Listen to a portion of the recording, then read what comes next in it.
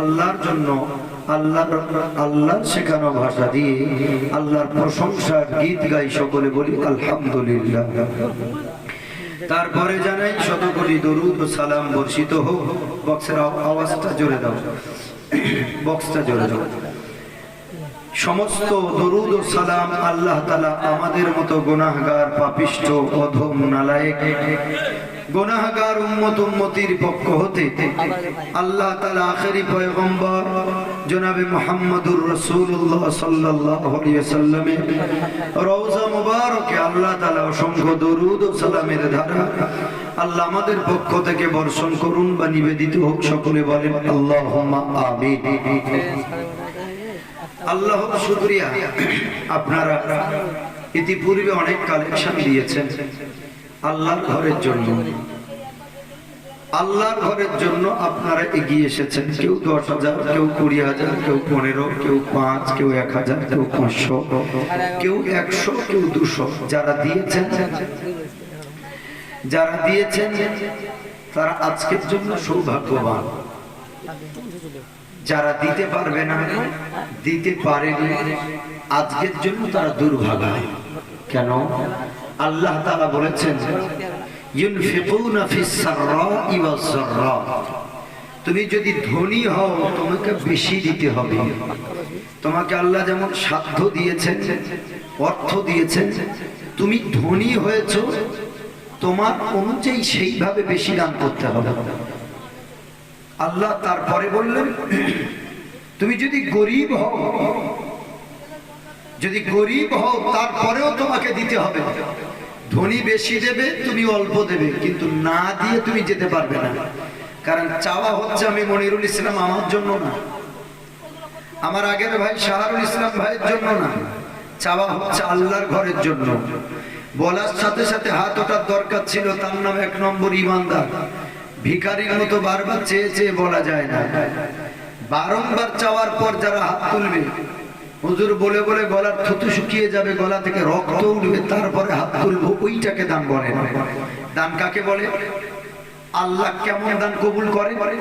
হুজুর মুখ থেকে, জবান থেকে বলেছেন, সাথে সাথে হাত তুলবে। এই দানটা আল্লাহ বেশি পছন্দ করেন। সুবহানাল্লাহ। এই দান আল্লাহ পছন্দ করেন।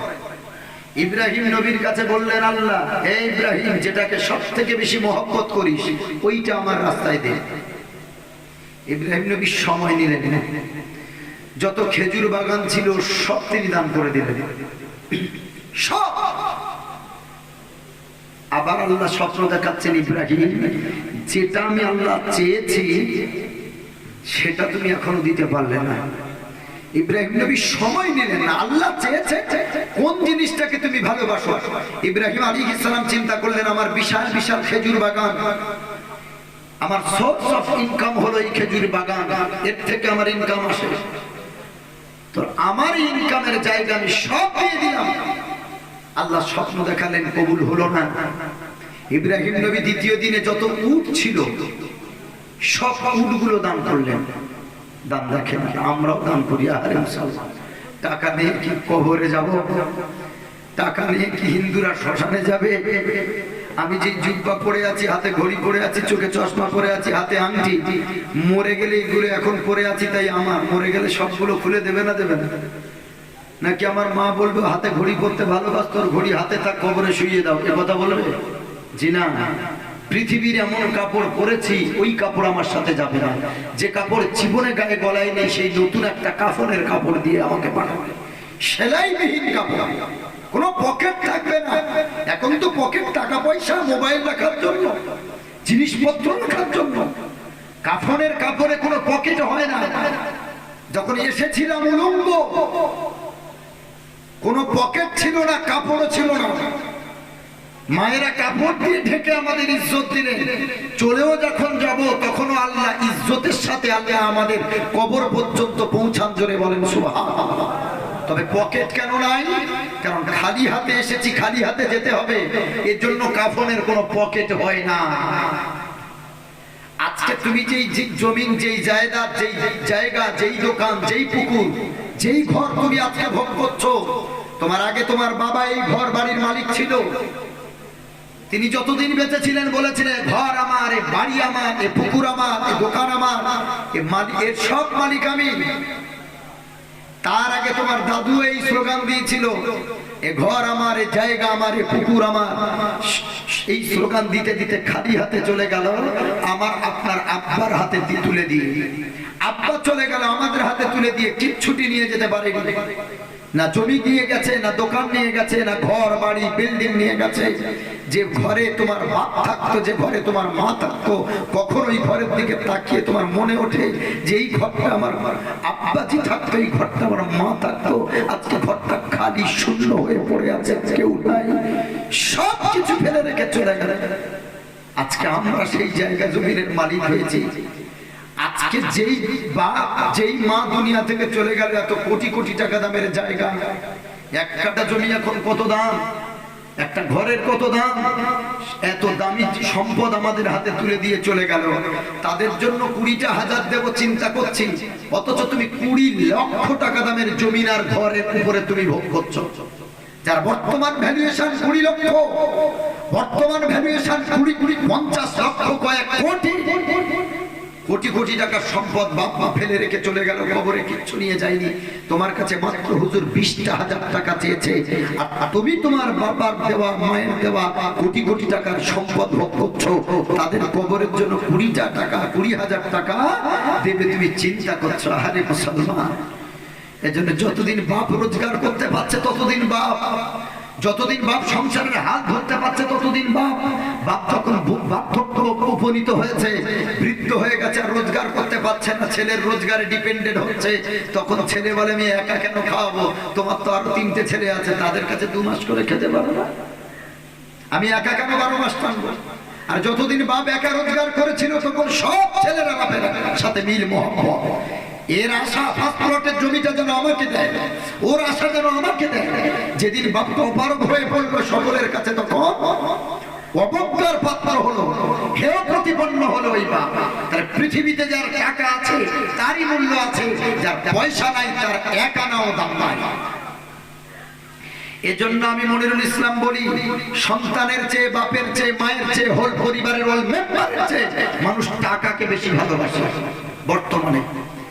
যদি বলে না হুজুর আমি টাকাকে বেশি ভালোবাসি না, আমার পরিচয় টুকরা ছেলেকে বেশি ভালোবাসি, খোদার কসম করে বলছিল মিথ্যা কথা।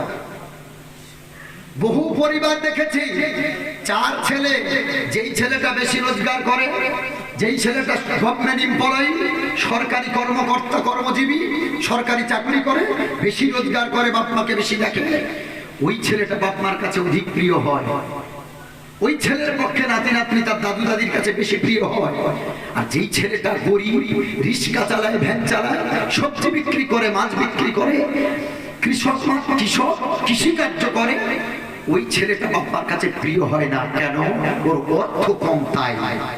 তাহলে তুমি বলছো যে আমার কলিজার টুকরাকে বেশি ভালোবাসি টাকার চেয়ে? যে সময় করোনা হয়েছিল ছেলের লাশ পড়ে আছে, বাপের ক্ষমতা হয়নি ছেলের লাশে হাত দেওয়া। ছেলে হতে পারে, মেয়ে হতে পারে, বাঁচার ইচ্ছা সকলের। বেটা তুই মরেছিস ঠিক আছে, তোর গায়ে হাত দিয়ে ওই করোনা ভাইরাস আমার চলে আসবে, আমি মরবো, এটা চাই না। বাপ মরে পড়ে আছে, ছেলে বাপের দূর থেকে কাঁদছে, মা মরে পড়ে আছে, বাচ্চা দূর থেকে কাঁদছে, কাছে আর কেউ যায় না। সেই সময় 2 শ্রেণীর মানুষ কাছে এসেছিল। একটা হলো গ্রামের ওয়ার্ড ডাক্তার, যারা গ্রামের RMPCMSED করে যারা ডাক্তারি করেছে, কোন হসপিটাল নার্সিং হোমে থেকে একটু ভালো ডাক্তারের কাছে প্র্যাকটিস করেছে যারা, ওই ডাক্তারগুলো সেই সময় আদর যত্ন করেছিল। বাকি MBBS পাস যারা, তাদের দেখা ধারে পাশে তারা ছিল না। আপনি হসপিটালে গিয়েছিলেন, দূর থেকে ইনজেকশন পুশ করেছে, গায়ে টাচও হবে না। আর গ্রামের কোয়াক ডাক্তার, গ্রামীণ চিকিৎসক, তারা সেই সময়টা কাছে বসে তারা আদর করে ইনজেকশন করেছে, তারা গায়ে হাত দিয়ে বিবি পেশাব দেখেছে, সব করেছে। আর তারা পাশে ছিল মসজিদের হুজুরেরা। কে গোসল দেবে? হুজুর। বেটা মরে গেছে, বাপ গোসলে যায় না, বাপ মরে গেছে, বেটা গোসল দিতে পারবে না, ভয়। হুজুর আপনি টাকা বেশি করবেন, জানাজা কে পড়াবে? হুজুর আপনি পড়াবেন, টাকা বেশি করে দেবেন। সেই সময় হুজুরদের পাশে হুজুররাই পাশে। গ্রামের চিকিৎসকেরা পাঠাচ্ছে, বিপদে পড়লে মানুষ তখন হুজুরকে ডাকে, ডাক্তারের কাছে যায়, বিপদ উদ্ধার হয়ে গেলে আর কেউ করে না, পাত্তাটুকু দেয় না। এই জন্য মানুষ পরিস্থিতির শিকার। ইব্রাহিম নবীকে আল্লাহ বলেছেন, সব থেকে দামি জিনিসটা তিনি গোটা বাগান দান করলেন। আল্লাহ বললেন, না আমি এটা চাই আল্লাহ, তাহলে আমি গোটা উটের পান দান করে দিচ্ছি। সব দান করলেন, আল্লাহ তো করলেন না। এরপরে আল্লাহ তাকে স্বপ্ন দেখালেন, ইব্রাহিম ইব্রাহিম তুমি আল্লাহকে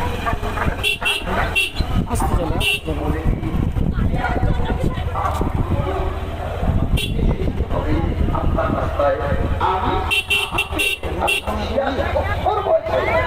সন্তানকে ভঙ্গ করেছেন বৃদ্ধ বয়সে।